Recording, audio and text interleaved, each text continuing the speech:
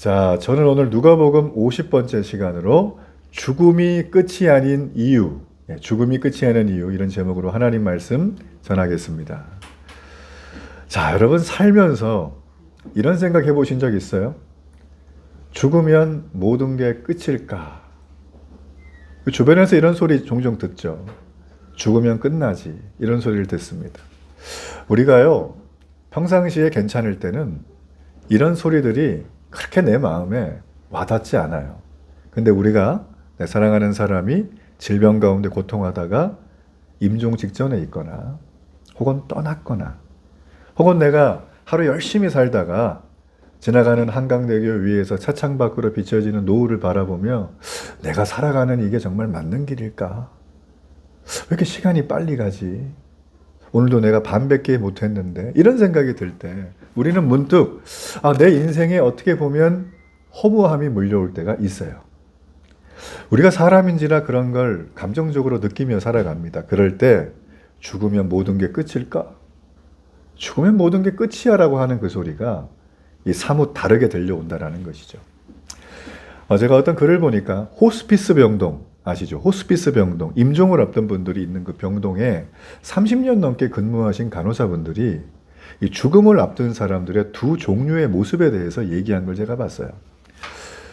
먼저 한 그룹은 내가 죽으면 끝이라고 하는 사람들의 그룹이었어요. 이 그룹에 있었던 사람들은 대개 이렇게 임종을 맞이한답니다. 이렇게 손을 번쩍 들어요. 그래서 뭐 이렇게 막 휘적휘적 한다는 거예요. 마치 그 물에 빠진 사람이 손 들고 살려달라는 것처럼. 그러면서 이 사람들이 죽음 직전까지 뭔가를 자꾸 휘적거리고 그 눈빛을 바라보니까 이 동공을 잃어버리고 초점이 막 너무 흔들리는 그런 불안한 초점으로 있는 거예요. 그러면서 임종을 맞이하는데 이분들이 돌아가시기 전에 마치 너무 공포에 질려가지고 절벽 위에 서 있으면 떨어지면 죽잖아요. 공포가 오죠. 이런 막 엄청난 공포감에 휩싸인 상태로 이분들이 돌아가시는 임종하는 모습을 봤다는 거예요. 그 눈빛이 잊혀지질 않는다는 거예요. 자, 또 한 그룹이 있어요. 호스피스 병동에. 자, 이거는 하나님의 자녀들인 성도들이 임종할 때의 모습입니다. 자, 이분들은 놀랍게도 많은 성도들이 임종 직전에 대부분 이렇게 얘기를 한대요. 저기 창문 밖에 누가 와 계시는데 창문을 좀 열어주면 좋겠다. 그러면서 미소를 짓는다는 거예요. 그러면서 이들의 눈빛이 죽기 직전이니까 초점이 흐려지고 동공이 풀려야 정상인데 점점 또렷해지고 반짝반짝해지면서 환한 얼굴로 미소와 함께 얘기를 한다는 거예요. 나 지금 내 사랑하는 주님 손잡고 갈 테니까 나중에 우리 다시 만나자. 그러면서 임종을 맞이하는 모습을 수없이 경험했다는 이 간호사들의 고백을 제가 본 적이 있어요. 여러분 그렇습니다. 종교 유무를 떠나서 사람은 누구나 다 임종의 순간이 옵니다. 그게 언제인지 우리는 알 방법이 없어요. 더 리얼하게 말하면 죽는 순간이 와요. 여러분 하루에도 한국에서 몇 명이나 죽는지 아십니까? 사건, 사고, 질병, 기타 등등 우리가 생각하는 숫자보다 훨씬 많이 죽어요. 그러면 전 세계를 확대하면 어떨까요? 전 세계에 하루에 몇 명이나 죽는가를 여러분 카운트를 해보세요. 자, 이번에도 공습 때문에 어떤 여학생들이 많은 학교에 곧 200명 가까이 되는 사람들이 한 번에 죽었어요. 걔네 죽을 거 알았을까요? 너무 가슴 아픈 일이에요. 전쟁이라는 건 폭력과 또 무력을 가지고 사람의 생명을 앗아가는 거기 때문에 여러분 성경적인 관점으로 보면 어떤 상황에도 용납될 수가 없습니다. 여러분 전쟁이 종식될 수 있도록 기도 많이 해주시길 바라요. 여러분 우리의 삶에는 이렇게 나중에 보자 인사하는 그런 성도들 아주 크리스찬들의 마지막 모습이 있는가 하면 어떤 분은 죽기 전까지 손을 휘적휘적거리면서 자기가 누렸던 명예, 가지지 못했던 소유물, 열받았던 상황들을 떠올리며 죽기 직전에 괴롭게 죽는 모습이 있다는 거예요. 여러분 이게 현실입니다. 내가 젊기에 나는 죽는 게 멀었다라고 생각하는 거 그거 오산이에요.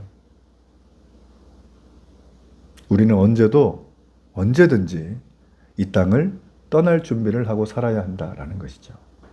제가 최근에 서울대 법의학과 교수님이시고 지난 20여 년 동안 수많은 사건 사고를 당한 시체를 해부한 한 교수님의 책을 봤습니다. 유언 노트라는 책. 그러면 그 책이 한 이 정도 두꺼워요. 그리고 자기가 이 해부학 교수고 법의학 교수이기 때문에 수많은 사건 사고를 경험한 살인사건 경험한 시체를 하기도 하고 병에 걸린 의문사한 어떤 시체를 해부하기도 하고 그러면 거기에 보면 이 사람이 죽을 때 겪었던 고통의 흔적이 그 몸에 그대로 남아있다는 거예요. 그분이 의사시기도 하기 때문에 의학적으로 이렇게 분석을 하잖아요. 만약에 목이 졸려 죽였으면 이 흔적들이 도구에 따라 다르답니다. 그리고 여자가 눌렀냐, 남자가 눌렸냐, 애들이 눌렸냐, 물건에 눌렸냐 이거에 따라 다르다는 거예요. 우리는 보면 잘 모르지만 그분들은 늘 그걸 정밀하게 분석을 하니까. 그 책을 쭉 보면서 거의 절반 정도의 내용이 어떤 거냐면 사람의 죽음에 대해서 사람들은 생각을 안 한다는 게 문제라는 거예요. 특히 한국 사람들은. 그러면서 하는 얘기가 자기의 죽음을 준비하지 않고 있다가 죽은 사람들의 공통된 특징은 놀라서 소스라치게 공포스럽게 죽는 경우가 많다라는 거예요. 그분의 얘기예요. 그러면서 그분이 책 곳곳마다 쓴 내용이 있어요. 무슨 내용이냐? 우리는 살아있지만 이 땅에 나그네처럼 사는 것이다. 아주 쉽게 얘기하면 여행객으로 산다고 그래요. 여러분 여행 갈 때 집에 있는 냉장고, 자동차 막 등에다 메고 다닙니까? 트렁크 몇 개 들고 다니죠? 가볍게. 그런데 우리는 이 땅을 삶을 살아가면서 여행객인데 여기 정착해 사는 처럼 산다는 거예요. 여기가 고향처럼 산다는 거예요. 그분의 말은 달라요. 이분이 크리스천인지는 모르겠어요. 그분의 말은 우리는 이 땅을 스쳐 지나가는 아침 이슬처럼 산다는 거예요. 이슬이 아침에 해가 뜨면 존재해요, 사라져요? 액체는 기체가 돼서 증발하고 사라지는 거예요. 우리의 모습이 그렇다는 거예요. 아침 이슬이라는 거예요. 전 그 얘기를, 그 글을 보면서 많은 생각을 했어요. 사실 오늘 본문의 말씀을 준비하면서. 책을 다시 보니까, 이 사람이 분명한 어떤 맥을 하나 잡은 거예요. 사람은 죽는다는 거예요. 언제 죽는지 몰라. 그래서 우리는 어떻게 해야 되는가? 죽음을 준비하며 살아야 된다는 거예요. 그분의 얘기가. 그래서 나랑 조금 껄끄러운 사람이 있으면 빨리 풀고, 내 인생에 억울하고 힘든 일 있으면 그게 죽고 사는 문제 아니면 자기들이 믿는 신이 있다면 신께 말씀드리고. 그분의 표현이에요, 이게. 그리고 정 안 되면 일기라도 쓰라는 거예요. 좀 마음이 가라앉는다고. 그런 얘기. 너무 좋은 일로 막 희닥거리면서 자랑하고 다닐 필요도 없다는 거예요. 나의 주어진 삶을 하루를 충실하게 사는 게 죽음을 준비하는 최고의 길이다. 그분이 그 기간을 깨달았다라는 거죠. 여러분, 전 여기서 이걸 보면서 이분은 크리스천인지는 모르겠지만 성경에서 말하는 우리의 인생의 비유에 대해서 너무 정확하게 얘기합니다. 여러분, 성경에 보면 우리 인생을 여러 가지 비유를 얘기하고 있어요.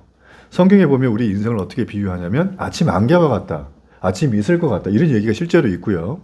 우리가 나그네 같다, 우리가 여행자다, 우리는 지나가는 사람이다 라는 그런 표현들이 성경에 많이 나와요. 실제로. 그래서 저는 깜짝 놀란 거예요.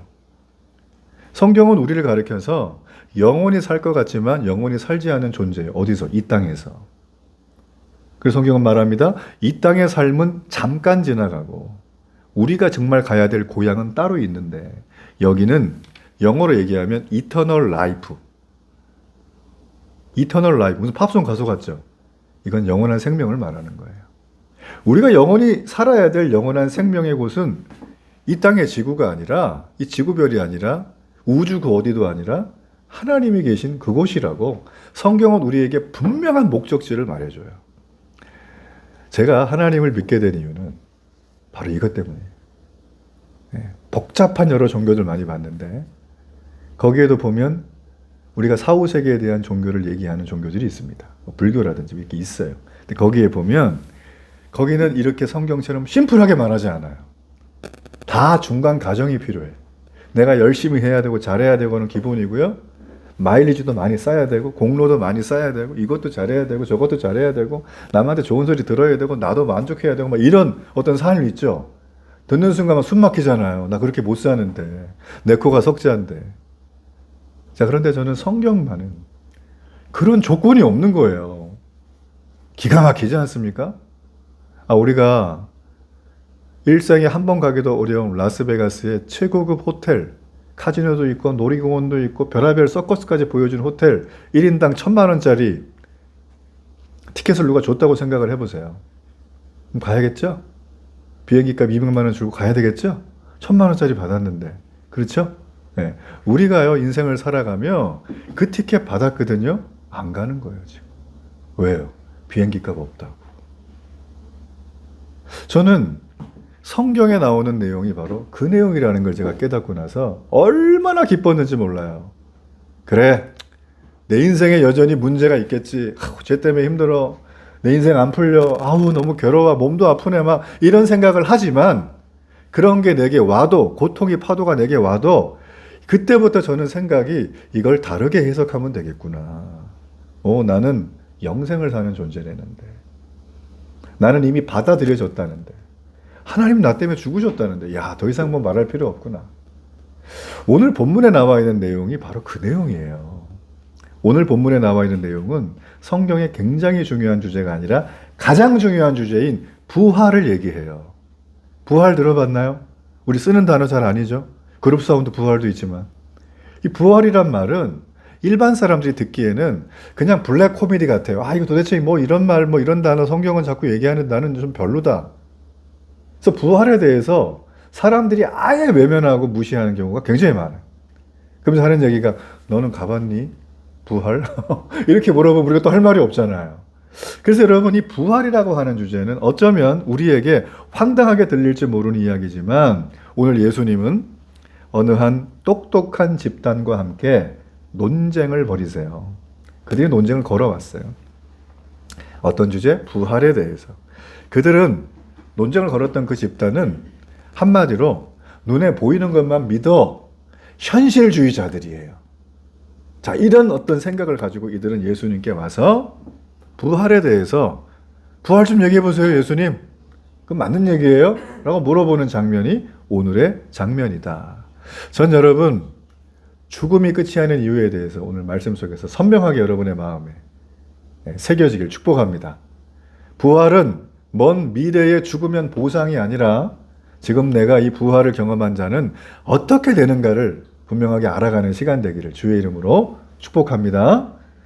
자, 오늘 이렇게 본문의 말씀을 봅시다. 이야기 속으로 들어가 보면, 성경을 들어가 보면 예수님과 성전에서 어떤 한 집단이 와서 부활에 대한 논쟁을 시작을 하는데 그 집단의 이름은 사두개인이에요. 사두개인, 사람 이름은 아니고요. 당시의 유대 지도자들 중에 한 엘리트 집단 중에 하나예요.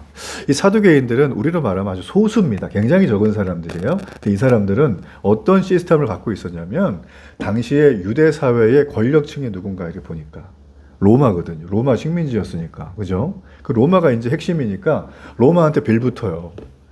막 아양을 떨고 아부를 해서 좋은 요직에 다 앉아 있습니다. 이들은 인원은 많지 않아요.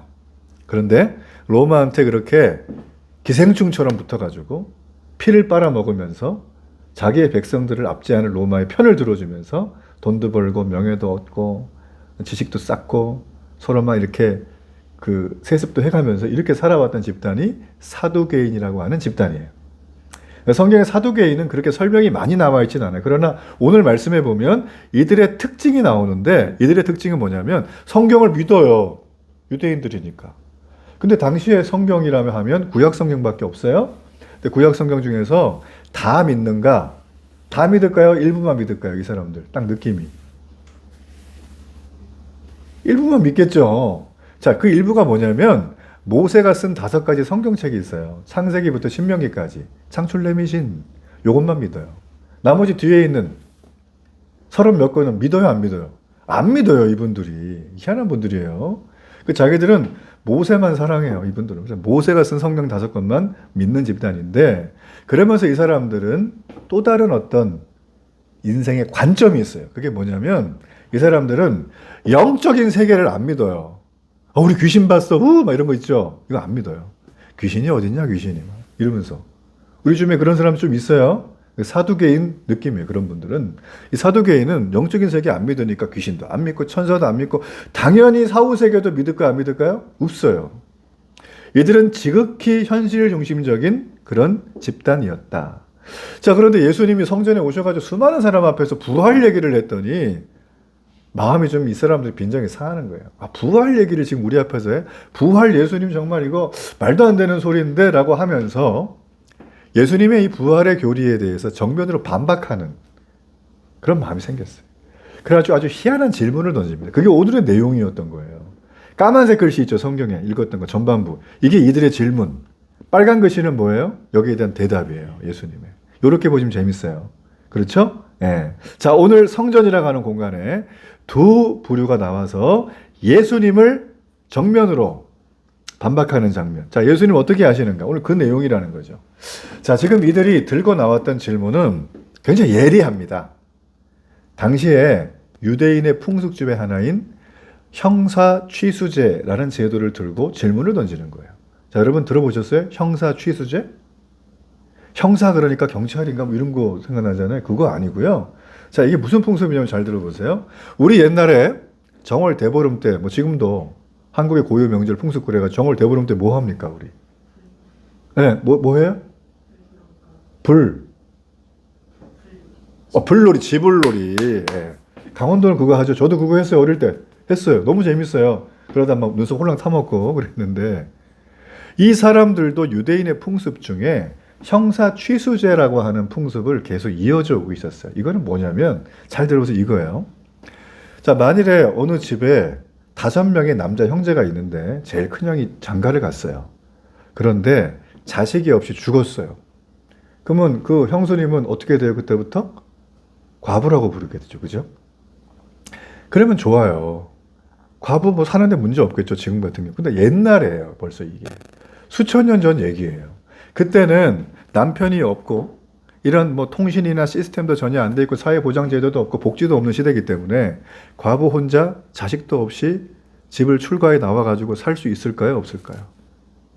딱 생각에 거의 불가능합니다. 거의 불가능해요. 그래서 하나님이 성경에 보면 구약 성경에 고아와 과부와 나그네를 존대하라 이렇게 돼 있어요. 그 얘기는 과부는 보살펴주지 않으면 생존이 불가능한 집단이었던 거예요. 자, 그런 어떤 당시의 흐름이 있으니까 그 큰형이 죽고 자식이 없어서 혼자 과부된 큰형수님을 그냥 내버려 둘 수 없잖아요. 그래서 동생들이 결혼을 해요. 그래가지고 자식을 낳아줘요. 그럼 그 자식은 내 자식이 아니라 큰형님의 대를 잇는 자식으로 입적을 시켜줘요. 그러면 이 과부 되는 큰형수님이 그에 떨어졌던 실추된 명예가 회복되는 거. 그쵸? 이게 바로 형사 취수제예요. 그 내용을 하니까 되게 따뜻하죠? 사랑이 넘치죠? 한 영혼에 대한 이 존중함이 있잖아요. 자, 이런 거예요, 원래는. 요때도 이게 흐름이 있었어요, 계속. 자, 그런데 오늘 이 사두개인이라고 하는 사람들은 이 형사 취수제라고 하는 하나의 유대의 풍습을 가지고 만약에 예를 들어서 예수님 하면서 질문을 던지는 거예요. 그 질문이 정리하면 이거예요.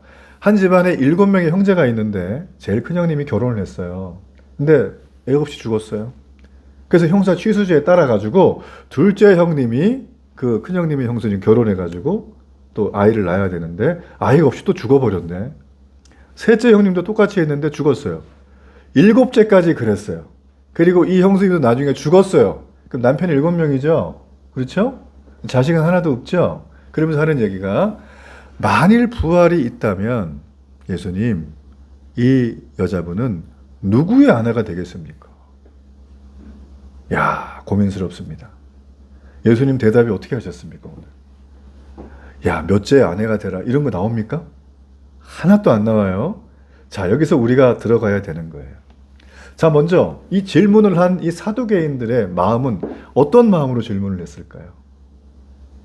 예수님의 부활에 대해서 동의하고 인정하고 막 이래서 질문한 거예요? 아니라 그랬죠? 블랙 코미디다 이건.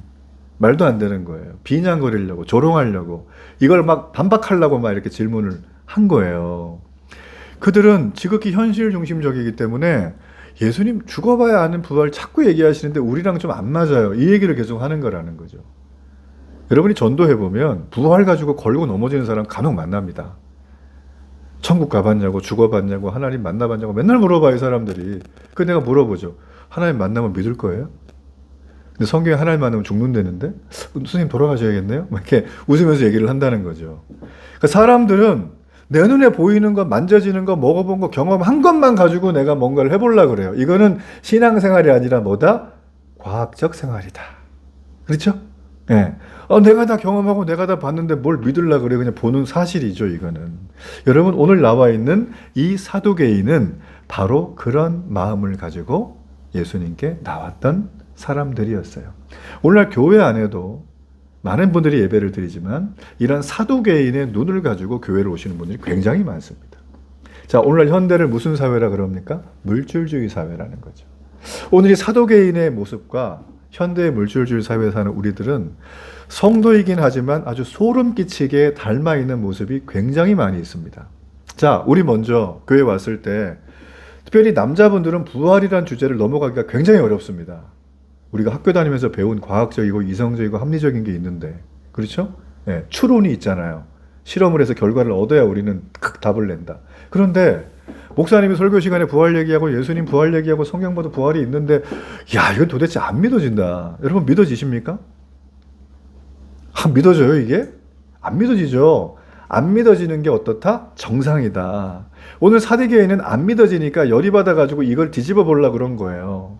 그렇죠? 자, 여러분, 여기서 정말 중요한 건 사두개인의 인생론은 눈에 보이는 게 전부야래요. 눈에 안 보이는 거는 가짜라고 여기는 거예요. 자, 이들이 우주를 나가봤겠어요? 밤하늘의 별은 봤겠지만 우주는 가짜라고 이들은 여겼죠. 그런 개념이 없는 거예요. 근데 지금 우리는 우주가 존재한다고 믿어요, 안 믿어요? 우리는 우주가 존재한다고 믿어요, 안 믿어요가 아니라 우주가 존재한다고 확실히 알죠. 어떻게 해요? 우주를 나갔다 온 사람이 촬영해서 보여줬는데? 그렇잖아요. 우리도 곧 우주에 놀러갈 그런 시대가 올 것이다. 많은 학자들이 예측을 하고 있죠. 수학여행을 달나라 갈 줄로 저는 믿습니다. 그럴 때가 와요. 그렇죠? 근데 이때는 우주에 대한 우자도 모르는 시대예요. 그렇잖아요? 근데 시간이 지나며 문명이 발달하면서 이게 해결이 됐단 말이에요. 지금 이들이 이런 오류에 빠져 있는 거예요. 내 눈에 보면 내 본 것만, 내 가본 것만, 내 행 것만 내가 믿어 라고 하는 이들의 가치관과 인생론이 예수님의 부활에 대해서 알아볼 생각도 하지 않는 거예요. 예수님 부활은 블랙 코미디고 저건 말도 안 되는 소리입니다 라고 얘기하는 것입니다. 여러분, 이렇게 자기의 인생론이 눈에 보이는 것만 믿는 사람들은 딱 하나예요. 어떻게 인생을 살아가는가? 욜로. 욜로 들어보셨어요? 욜로 와, 이게 아니라 욜로는 뭐냐면 너의 인생을 지금 즐기라는 거예요. 죽으면 끝이니까. 많은 사람들이 물질에 찌들어 있는 사람들, 물질주의에 있는 현대인들이 바로 이런 욜로적인 생각을 하고 살아갑니다. 그래서 인생은 한탕이라는 거죠. 여러분 주식 하십니까? 제가 주식 얘기 종종 하는데 안 하기를 주의 이름으로 점잖게 축복합니다. 그거 못 답니다. 그거 해봐야. 주식 안 됩니다. 주식은 기관 투자자와 나라들이 따게끔 만든 세팅된 도박장이에요. 여기 이의가 있는 분들은 저한테 오세요. 말씀드릴게. 여러분, 제가 지금 말씀드리는 건 주식이라고 하는 합법적인 도박장도 있고 불법 도박장이 있는데 우리가 그걸 왜 가죠? 이유는 간단해요. 한탕 그냥. 인생 한 방이야. 그냥 뭐 볼 거 있어. 자, 그게 이 시대에 우리가 움직이는 메커니즘이에요. 우리는 그냥 뭐 월급 받고 막 이렇게 하고 그냥 여기에 그냥 사는 것 같지만 실제로는 현대의 눈에 보이는 것만 믿어. 안 보이는 건 가짜야. 여기에 우리는 매몰되어 살고 있다라는 것입니다. 여러분, 만일에 그 말이 맞다면 잘 들어보세요. 만약에 그 말이 맞다면 미안한 말이지만 내가 즐겁고 내가 행복해지기 위해서 무슨 행동을 해도 된다라고 용인되는 시대가 지금 아닐까요? 때로는 타인의 재산과 생명을 위협하면서까지 해하면서까지 나의 즐거움과 나의 만족을 얻기 위해서 살아가도 되는 시대라고 말하는 거 아닐까요? 우리가 이름만 대면 알만한, 그죠? 뭐 아주 옛날 분들 잘 알죠. 지존파 살인 사건 기억나십니까? 무고한 사람들 납치해서 죽이고 말이죠. 그렇죠? 그렇죠? 그런 거 많죠? 그 외에도 수많은 사건, 사고들을 바라보면 그 사람들의 한결같은 얘기는 내가 이걸 하고 싶어서 한 거래요. 내 만족을 위해서. 그런 게 어디 있습니까? 여러분, 현대를 살아가는 사람들은 행동에 대한 책임을 부정합니다. 현재의 즐거움과 안락한 생활에만 몰두하다 보니까 그 사고방식이 오늘 부활의 모순을 고발하려고 하는 이 사두개인들의 모습과 소름 끼치게 닮아 있는 거예요. 그게 내 모습인가를 생각해 봐야 한다는 것이죠. 우리는요, 내 마음속에 사두개인처럼 우리 성경도 읽어요.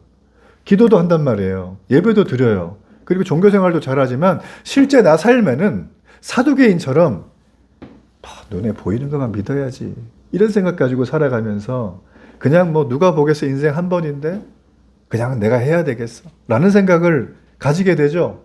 하나님이 나를 사랑하신다는 건 난 알아요. 그렇지만 믿고 안 믿고는 내 편의에 따라 하나님을 선택하는, 영리한 무신론자처럼 사는 게 우리 모습이 아닌가. 저는 이 사두개인의 모습을 묵상하면서 그런 생각을 하게 되었다라는 거예요. 여러분, 이 세상을 특별히 이 부활에 대해서 이해하지 못한다고 해서 부활이 존재하지 않는 것은 아닙니다. 여러분, 어머니 뱃속에 쌍둥이가 살고 있다고 한번 가정을 해보세요. 어머니 뱃속에 쌍둥이가 이렇게 잉태돼서 있어요. 그런데 첫 번째 아기가, 첫째가 둘째한테 물어보는 거예요. 둘째야, 너 바깥 세상이 있다고 믿니? 엄마 뱃속 나가면 바깥 세상이 있다고 믿어?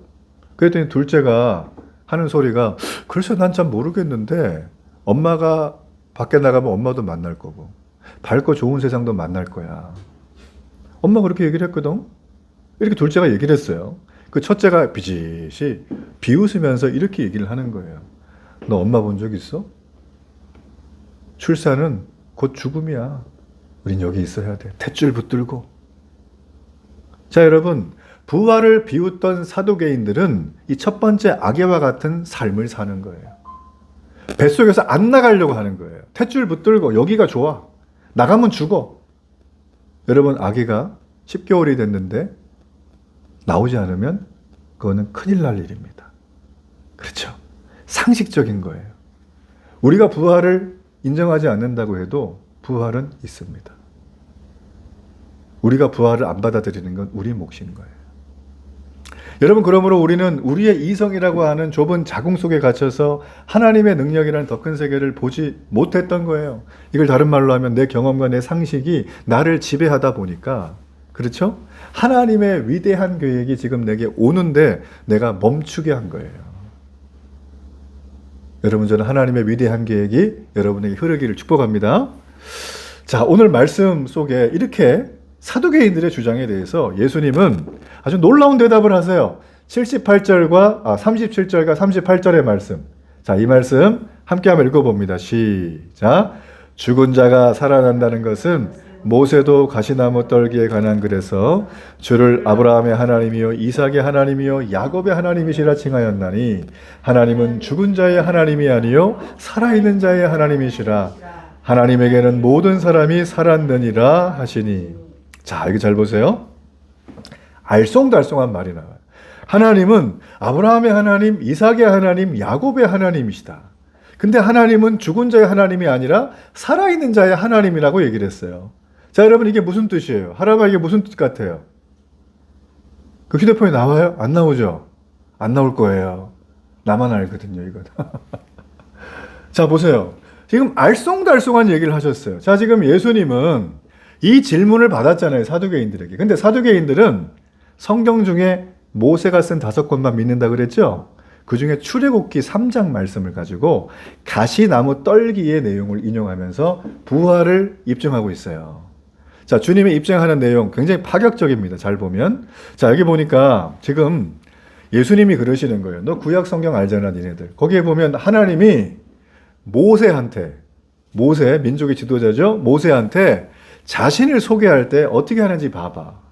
모세의 조상들 중에 아브라함, 이삭, 야곱이라고 하는 걸출한 조상이 있는데 그 조상에게 하나님이 어떻게 모세에게 소개를 하는지 봐봐. 나는 아브라함의 하나님이다, 이삭의 하나님이다, 야곱의 하나님이다, 이렇게 말씀하셨어요. 자, 여기서 약간 아주 예민한 분들은 잘 발견했을 겁니다. 모세의 조상 아브라함, 이삭, 야곱인데 하나님이 모세에게 얘기를 할 때 나는 아브라함의 하나님이었어. 나는 이삭의 하나님이었어. 난 야곱의 하나님이었어. 이렇게 과거를 쓰지 않아요. 뭘 쓰죠? 현재. 시제를 현재를 쓰는 게 굉장히 중요한 거예요. 예수님은 하나님이 사용하신 현재 시제에 주목하며 얘기를 하고 있어요. 지금 누구에게? 사두개인들에게. 여러분, 하나님이 우리와 약속을 하세요. 내가 너 복 줄게, 잘 되게 할게, 너 낫게 해줄게, 너 축복해 줄게. 근데 하나님이 약속을 할 때 죽은 사람과 약속을 할까요? 살아있는 사람과 약속을 할까요? 살아있는 사람하고 약속을 하는 거예요. 그래서 여기 말씀 뭐라고 나와 있어요? 죽은 자의 하나님이 아니라 살아있는 자의 하나님이다. 이게 중요해요.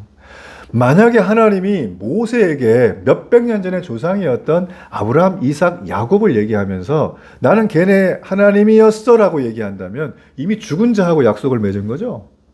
그럼 하나님이 모세한테 자기를 소개할 때 나는 시체들의 하나님이야. 이렇게 하는 꼴이 되는 거예요. 근데 출애굽기는 그렇게 하지 않았다는 거예요. 그 말씀을 딱 뽑아다가 지금 사두개인들에게 딱 던지는 거예요. 얼마나 충격을 받았을까, 사두개인들이. 통쾌합니다. 여러분 보세요.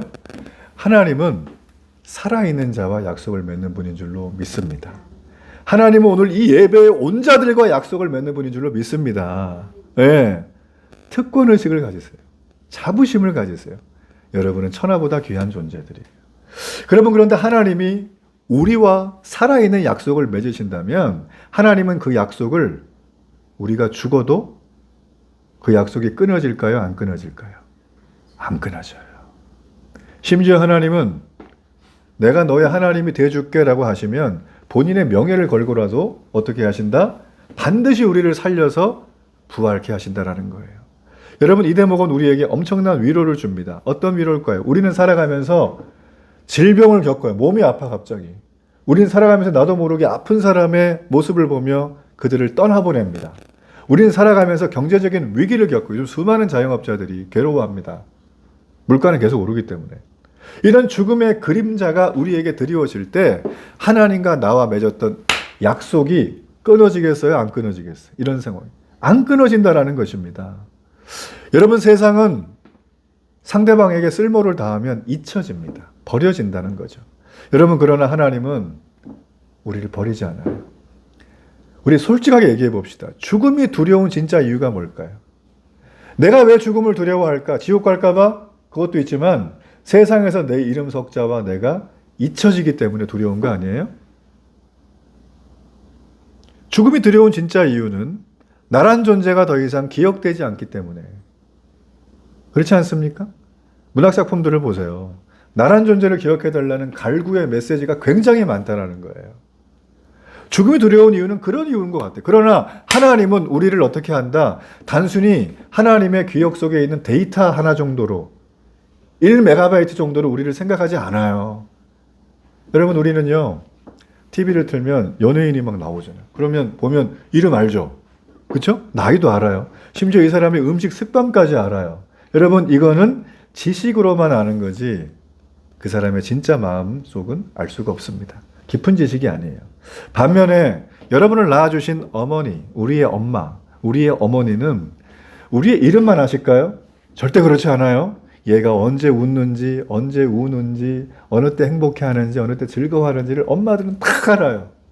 그러니까 집에 돌아오면 엄마들이 어떻게 하죠? 너 좋아하는 된장찌개 끓여줄까? 이렇게 물어보는 거예요. 왜요? 아니까. 여러분이 어머니의 알미 그냥 듣고 이름하는 정도의 지식이 아니라 체험적으로 아는 알입니다. 이걸 성경에서 하나님이 우리와 관계 속에서 서로 알게 된 관계를 말할 때 이 얘기를 한다는 거죠. 이거는 진짜 지식이에요. 이거는 진짜 관계라는 것입니다. 하나님은 우리의 육체가 죽었다고 해서 절대 잊지 않으십니다. 얘기하잖아요. 아브라함의 하나님이었어가 아니라 난 아브라함의 하나님이야. 지금도 아브라함은 하나님께 살아있는 거예요. 아멘? 전 여러분이 그런 하나님과의 놀라운 관계를 계속 맺어가기를 바랍니다. 아브라함은 육체는 죽었지만 여전히 아브라함은 하나님과 뭐다? 한 가족인 거예요. 여러분이 지금 살아있기 때문에 우리의 육신의 가족이 있지만 하나님은 우리를 가족으로 여기시는 거예요. 여러분이 놀라운 비밀이 부활 속에 담겨져 있는 것입니다. 여러분 말씀 알아듣고 계시는 거죠? 예. 여러분 보세요. 이 사두개인은 부활하면 아이고 내가 지긋지긋한 저 인간을 또 봐야 되나? 죽어서도 영원토록?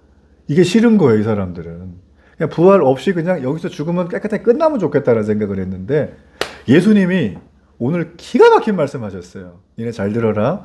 부활한 자들은 어떤 모습으로 있는가? 여기 말씀해 보니까 천사와 동등하대요. 여러분 천사 만나보셨습니까? 엔젤. 천사 만나보셨습니까? 천사 대리운전 이건 많이 봤죠? 천사 여러분 보셨어요? 여러분 천사와 동등하단 말이 무슨 말이겠어요?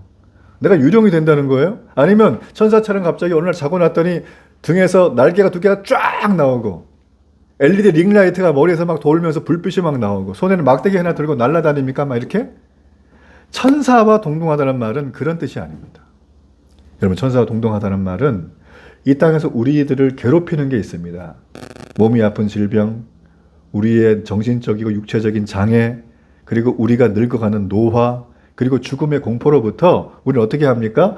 완전히 자유로워진 상태가 천사와 동등한 상태예요. 완벽한 존재가 되는 거예요. 여러분 천사가 되면 우리는 이 땅에서 결혼하고 자녀를 낳습니다. 왜 그럴까요? 왜 우리는 결혼하고 자녀를 놓을까요? 이 땅에서? 생각해 본 적 있어요? 내가 왜 결혼해야 되지? 내가 왜 애 낳아야 되지? 이런 생각해 본 적 있습니까?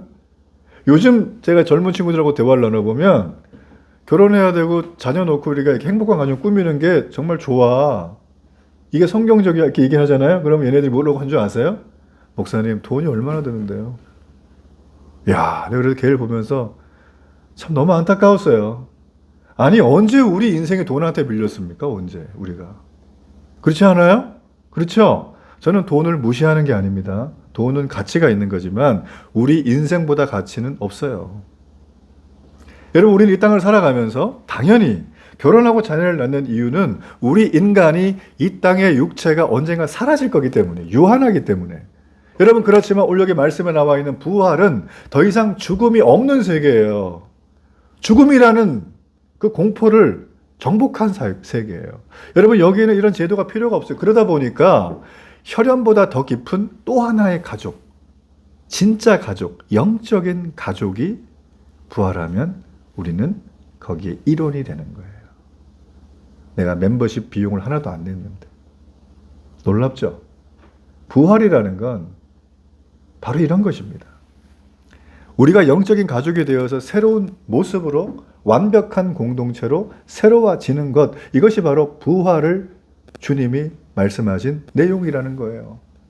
여러분 우리는 이 땅을 살아가면서 늘 관계가 파괴되는 것 때문에 가슴이 아파합니다. 그러나 우리는 오늘 사두개인처럼 이 땅을 살아가면서 죄와 이기심 때문에 왜곡된 우리가 서로를 바라보는 그런 기대들, 이런 것들이 부활해서 간 하나님의 나라 천국에는 그곳에서는 우리의 왜곡된 죄와 잘못된 이기심으로 오는 관계의 트러블이 있다 없다? 아예 없는 거예요. 그래서 거기를 뭐라 그러죠? 천국이라고 하는 거예요. 함께 가기를 축복합니다. 가야 됩니다. 여기를 가야 돼요. 비교할 수 없을 만큼 하나님의 완벽한 사랑. 그러므로 여러분 옆분을 좀 보세요. 옆분을 보시면 이제 옆 사람은 어떤 사람이다? 천국 동기생이에요. 부활의 파트너. 우리는 부활의 파트너예요. 그러니까 우리가 생각을 해야 돼요. 여러분 예전에 수도원에 가면 수도사들이 있었어요. 이 수도사들이 어떤 한 분이 기도하는데 예수님이 딱 나타났어요. 얼마나 감격스러운지 예수님 제가 예수님께 뭘 해드릴까요? 그랬더니 이 예수님이 탁 웃으시면서 야 하늘과 땅이 다 내 건데 네가 나한테 뭐 해주겠냐? 그랬더니 수도사가 하는 얘기가 아니에요 예수님 제가 제 인생을 바칠게요. 제 능력을 드릴게요. 제 재산을 다 바칠게요. 이렇게 얘기를 했어요. 그랬더니 예수님이 막 웃으시면서 그거는 넣어둬라 하면서 네가 나한테 바쳐야 될 게 3개가 있다. 첫 번째 너의 부족함을 내게 바쳐라. 두 번째 너의 상처를 내게 바쳐라. 세 번째 너의 죄를 내게 줘라. 내가 다 해결해 줄게. 여러분 우리는 우리의 부활의 자격 조건은 내가 얼마나 잘났느냐 안 났느냐에 결정되지 않아요. 제가 처음에 얘기했죠? 저는 이걸 깨닫고 자유를 얻었어요. 살아가야 될 이유를 발견했어요. 내가 죽어도 무섭지 않은 죽음의 공포의 벽 앞에서 울지 않는 나를 경험하게 됐어요. 여러분, 우리가 얼마나 잘났느냐를 가지고 하나님께 오는 존재들이 아닙니다.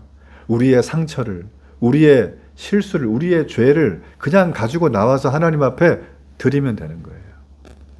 그럼 그 하나님은 묻지도 따지지도 않아요.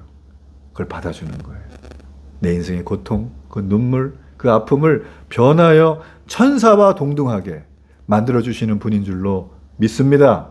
말씀의 결론을 맺을게요. 오늘 이 모든 질문을 던지면서 예수님을 괴롭히려고 했던 이 사두개인들, 자, 그들은 코가 납작해졌겠죠? 그래서 오늘 말씀해 보니까 그 답변을 들었던 서기관들 중에 성경을 쓰는 사람이에요. 서기관들이 감탄하면서 선생님, 그 말씀이 옳으십니다. 예, 그 말씀이 너무 감동입니다. 이렇게 얘기를 했습니다. 여러분이 서기관이라는 사람, 사두개인이라는 사람들은 성경을 읽었던 사람이 정보를 많이 압니다. 그러나 성경의 정보만 뺐지 성경대로 살진 않은 거예요. 형사 취수주의 따뜻한 마음을 마음에 담아서 행하지 않았던 사람들인 거예요. 그냥 성경에서 정보만, 그저 자기에게 필요한 것만 뽑아 쓴 사람이에요. 신앙생활 이렇게 하면 안 됩니다. 뽑아 쓸 수 없어요. 신앙생활은 우리의 삶을 뒤흔드는 하나님의 능력을 경험하게 되면 우리는 변하게 되는 거예요. 그럼 많은 사람들이 얘기합니다. 왜 나한테는 하나님이 안 보일까? 제가 질문을 해요. 하나님 안 보이는 이유를 물어봅니다. 그럼 제가 이런 얘기를 간혹 해드려요. 우리가 놀러를 가면 창밖에 정말 아주 아름다운 풍경이 보이지 않습니까? 보인대요. 자, 그런데 유리창을 실버로 칠하게 되면 어떻게 될까요? 그러면 그 유리창은 이제부터 밖은 보이지 않고 오직 내 얼굴만 보이는 은을 칠한 유리창인 거울이 되는 거예요. 그렇죠? 여러분, 우리의 신앙생활이 어려운 이유는, 우리가 하나님을 만나지 못하는 이유는 내 마음속에 있는 욕심이나 생각들을 그대로 가지고 하나님 앞에 은을 칠했기 때문에, 나만 보이니까 그 유리창 너머에 있는 하나님이 보이질 않는 거예요. 여러분, 그러므로 신앙생활을 쉽고 재밌고 즐겁게 하려면 내가 칠한 은을 벗겨내면 됩니다. 내 인생의 유리창 앞에 있는 은을 다 벗겨내는 거예요. 그게 우리의 죄고, 우리의 교만이고, 우리의 실수고, 우리의 아픔이고, 우리의 왜곡된 이 세상의 편견들인 거죠. 전 여러분이 벗기기를 축복합니다. 이걸 벗겨야 유리창 너머에 있는 하나님을 만날 수 있어요.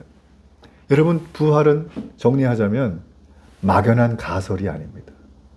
부활은 딱 한마디로 말하면 이거예요. 살아있는 자와 수다 떨고 싶은 하나님의 마음이에요. 하나님은 죽은 자의 하나님이 아니에요. 살아있는 여러분의 하나님이에요. 그 하나님께서 우리에게 와서 얘기합니다. 나는 아브라함 할아버지의 하나님이 아니라 지금 너의 하나님이 되고 싶다는 거예요. 너의 하나님이 되고 싶다는 거예요. 하나님이. 우리의 하나님이 되고 싶다는 거예요. 하나님의 기대가 뭔지 아십니까? 우리가요, 일상의 사소한 것들을 하나님께 가서 수다 떠는 거예요. 그게 부활의 시작이에요. 여러분, 사두개인처럼 살지 마십시오.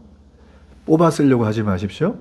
그 마음속에 하나님에 대해서 의심하고 힘든 게 있다면 이 땅의 눈으로 보지 말고 내 은을 다 벗겨내고 밖에 있는 하나님을 볼 수 있게 해달라고 기도하세요. 그래서 하나님께 그러세요. 하나님, 저 정말 하나님 살아계시면 내가 아무한테도 말 못한 거 있는데 이거 좀 얘기해도 돼요? 하나님이 다 들어줘요. 그게 우리 하나님인 거예요. 여러분, 천사보다 귀하게 여러분을 여기십니다. 하나님은 죽은 자의 하나님이 아니라 산 자의 하나님이십니다. 오늘 이 하나님의 살아있는 품으로 당당히 걸어가기를 주의 이름으로 축복합니다.